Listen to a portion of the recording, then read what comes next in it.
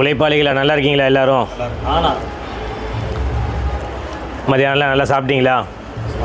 மத்தியானம் ஒர்க் முடிச்சுட்டு எல்லோரும் ரொம்ப டயர்டாக இருக்கீங்கன்னு நினைக்கிறேன். ஓகேவா? கொஞ்ச நேரத்தில் ஃப்ரெஷ் ஆகிடலாம். எல்லாம் நம்மளுக்கு தான் கூட்டத்தை கெஸ்ட்டை பார்த்தோன்னே ஆட்டோமேட்டிக்காக குஷி ஆயிடும்ல, ஒரு பூஸ்ட் வந்துடும். ஓகேவா? நல்லா சிறப்பாக பண்ணணும். இன்றைக்கி நம்ம எங்கே இருக்கோம் அப்படின்னா பெரம்பூர் ரயில்வே ஹாலில் இருக்கோம். ரயில்வே நியூ ஹாலில் இருக்கோம். ஓகேவா? ஒரு ரிசப்ஷனுடைய ப்ரோக்ராமில் இருக்கோம். சரியா? இன்றைக்கி கெஸ்ட்டு வந்து கிட்டத்தட்ட ஒரு 1200 மெம்பர்ஸ் வர்றாங்க. நம்ம கெஸ்ட்டு எடுத்துங்க. இன்றைக்கி உள்ள மெனு என்னென்னா ஒரு sweet bread halwa. First welcome juice கொடுத்தாச்சு.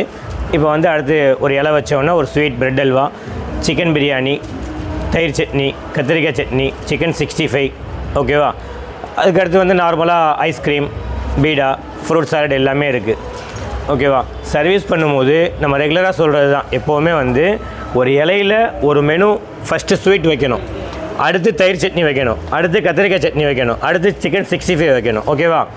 ரெகுலராக ப்ரொசீஜராக ஒரு கேட்ரிங்குடைய ஒரு மிகப்பெரிய முக்கியத்துவம் என்ன அப்படின்னா, ஒரு இலையில் ஒரு என்ன மெனு ஃபஸ்ட்டு வைக்கிறோமோ அந்த மெனு கடைசி வரையும் அங்கே அதே மாதிரி வைக்கணும். ஒரு இடத்துல ஸ்வீட் வைக்கிறது, இன்னொரு இடத்துல கத்திரிக்காய் வைக்கிறது, ஆனியன் வைக்கிறது, இலையை மாற்றி மாற்றி கண்டிப்பாக செய்யக்கூடாது. அது வந்து சர்வீஸுக்கு உகந்ததல்ல. சரியா?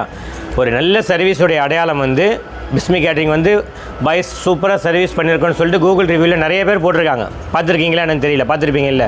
ஓகேவா? அப்போ அதோடைய என்னென்னா, நம்மளுடைய மெனு வந்து ஒரு ஸ்வீட் ஃபஸ்ட்டு வைக்கணும்னா ஸ்வீட் ஃபஸ்ட்டு, ரெண்டாவது கத்திரிக்காய், மூணாவது ஆனியன் 65, கடைசியாக பிரியாணி. ஓகேவா?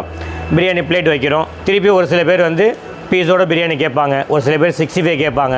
யார் எவ்வளோ கேட்டாலும் சந்தோஷமாக சிரிச்ச முகத்தோடு சர்வீஸ் பண்ணணும். ஓகேவா?